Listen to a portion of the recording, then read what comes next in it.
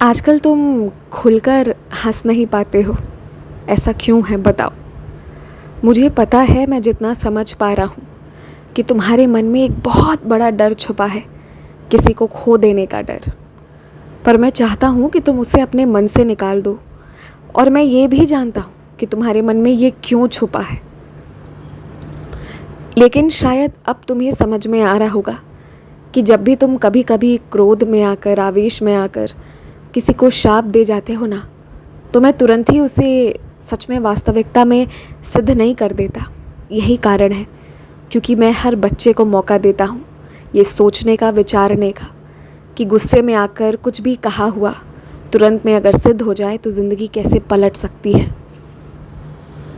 तुम बिल्कुल निश्चिंत रहो।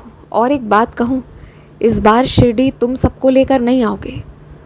तुम्हारी इच्छा रहेगी, पर तुमसे ज़्यादा भक्ति तुम्हारे ही परिवार वालों की होगी और वही तुमसे ज़िद करेंगे। उन्हीं के कारण तुम शिरडी आओगे और निश्चित ही मेरा आशीर्वाद तो है तुम्हारे साथ। मुझे ये भी अच्छे से मालूम है कि मेरे कुछ बच्चों को अब ज़िंदगी जैसी चल रही है बस वैसी चल रही है। ना कहीं जाने आने का मन होता, ना कुछ करने का मन होता है। मैं ये समझ पा रहा हूँ, लेकिन क्या है ना कि तुम्हें खुद की सहायता करनी पड़ेगी।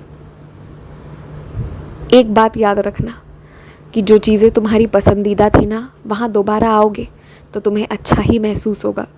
और इसलिए इस बार मैं ज़िद करके बुलवाऊँगा तुम्हें। मुझे ये भी पता है कि तुम कुछ चीज़ें नहीं करना चाहते लेकिन कर जाते हो, क्योंकि वो तुम्हारे नियंत्रण में पूरी तरह नहीं है। और तुम्हें इस बात को समझना होगा कि अगर तुम्हारा हाथ भी ज़रा भी उठता है ना, उससे लिख भी पाते हो, कुछ भी कर पाते हो, मेरे आशीर्वाद से होता है। तो जो हो रहा है उसे होने दो।